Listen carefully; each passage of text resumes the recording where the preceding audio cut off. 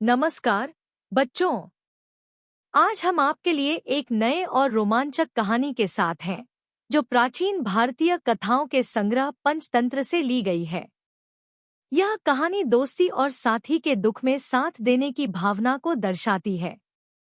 आइए इस कहानी की यात्रा पर चलें, जिसमें हम एक चूहे और कुछ साधुओं के बीच की दिलचस्प दोस्ती के बारे में जानेंगे। हमारी कहानी शुरू होती है। भिक्षु और चूहा। एक समय की बात है। एक जंगल में एक चूहा हिरण्यक और उसका दोस्त पंथकाम, जो कि एक कौवा था, दोनों रहते थे। दिन भर एक दूसरे के साथ रहना, कुछ ढूंढकर खा लेना और साथ रहना, बस इतनी सी उनकी दुनिया थी, जहां दोनों दोस्त बहुत खुश थे। पर ज्यादा दिन उनकी ये खुशी न रह सकी। उस साल भयंकर सूखा पड़ा और जंगल सूखने लगा।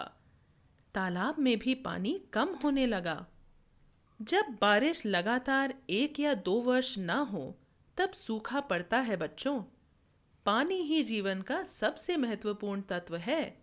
इसके बिना संसार को कोई जीव नहीं जी सकता, और पेड़ से गिरे फल भी तभी बीज के रूप में वापस धरती में समाकर पौधे के रूप में आते हैं, जब धरती में नमी यानी पानी हो। पानी बचाना इसलिए हमारा कर्तव्य भी है। अब दोनों दोस्त चिंतित हुए कि क्या किया जाए ताकि जीवित रह सके। चूहे ने कौवे से पूछा, मित्र, तुम तो उड़कर दूर दूर तक जाते हो ना? तुम्हें तो जरूर पता होगा ऐसे किसी वन के बारे में जहां हरियाली हो। ये सुनकर पंथकाम ने कहा, हाँ, चलो, हम सब आरण्यक वन चलते हैं। वो गंडक नदी के किनारे है। वहां कभी सूखा नहीं पड़ता, और वहां मेरा एक मित्र कछुआ भी है। तो हम 3 मित्र एक साथ रहेंगे वहां। तब कितना मजा आएगा। बस तय हुआ और दोनों चल दिए आरण्यक वन की ओर। और कुछ दिनों की थकाऊ यात्रा के बाद वो दोनों आखिर वन में पहुंच ही गए। जब पंथकाम ने अपने दोनों मित्रों को मिलवाया, तो उन्हें भी मिलकर खुशी हुई। एक दिन कछुए ने चूहे से पूछा, एक बात बताओ मित्र, तुम तो इंसानों की बस्ती में भी रह सकते हो, फिर वन में क्यों भटक रहे हो? ये सुनकर चूहा मुस्कुराया और अपनी पतली मूंछों को खुजलाते हुए कुछ याद करने लगा, और उसने कहा कि मित्र, तुम सही कह रहे हो। पहले मैं इंसानों की बस्ती में ही रहता था, पर जब एक बार मुझे सबक मिला, तब मैं जंगल की तरफ आ गया। अब तो पंथकाम को भी जानने की इच्छा होने लगी कि आखिर ऐसा क्या हुआ था कि हिरण्यक वन में रहने आ गया।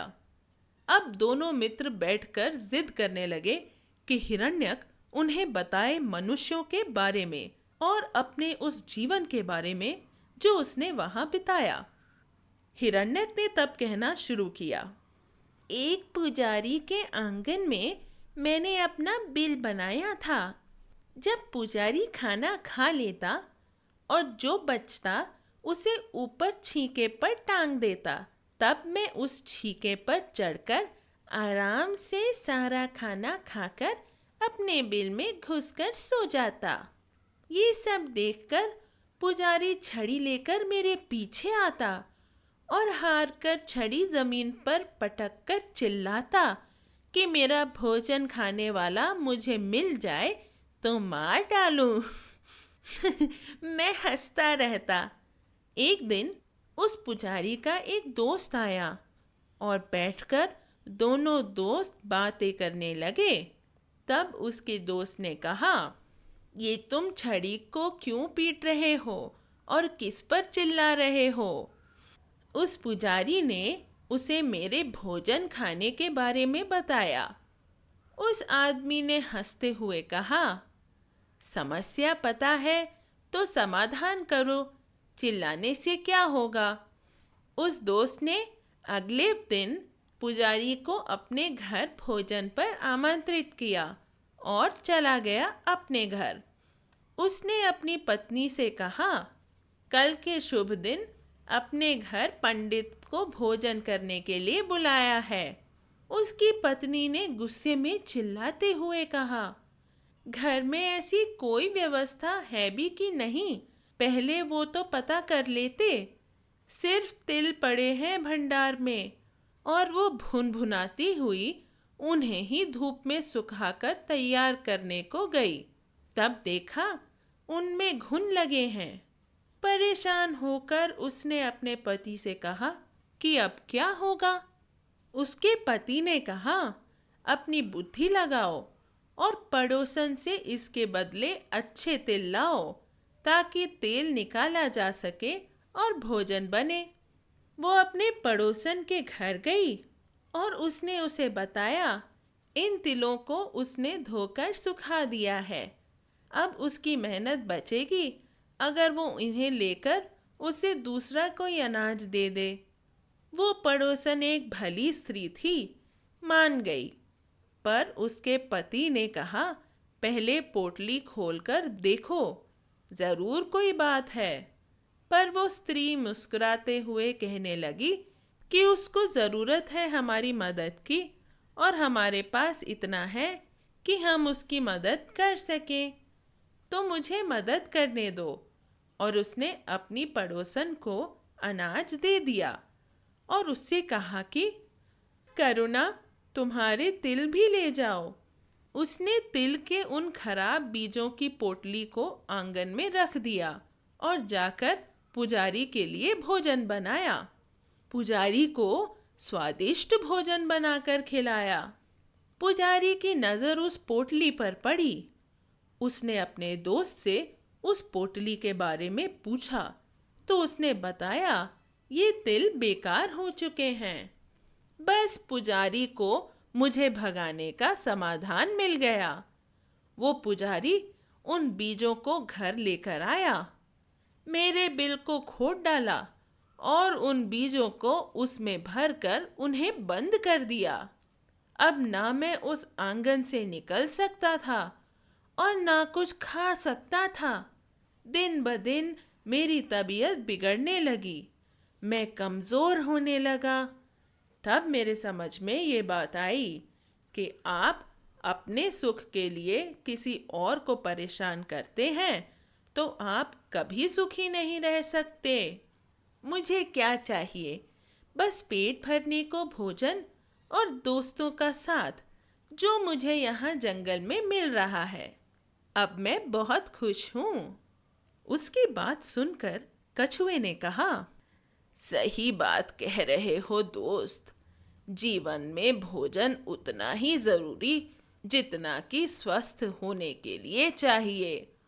और जब मन में संचय करने की भूख खत्म हो जाए, सबके लिए दया हो, तब वो जीव करुणा की पड़ोसन की तरह सबकी सहायता करने लगता है और सुखी रहता है। हिरण्यक ने कहा, जीवन में और क्या चाहिए?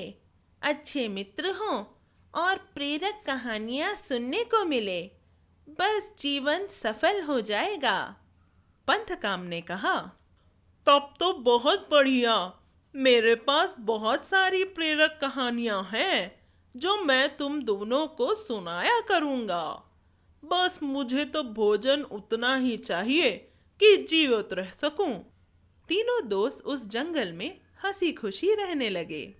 सीख: ये कहानी हमें ये समझाती है कि हमें हमेशा सिर्फ अपना ही नहीं, दूसरों का भी ख्याल रखना चाहिए और हमेशा दोस्ती अपने जैसों से करनी चाहिए ताकि मुसीबत आने पर आपके मित्र साथ खड़े हों।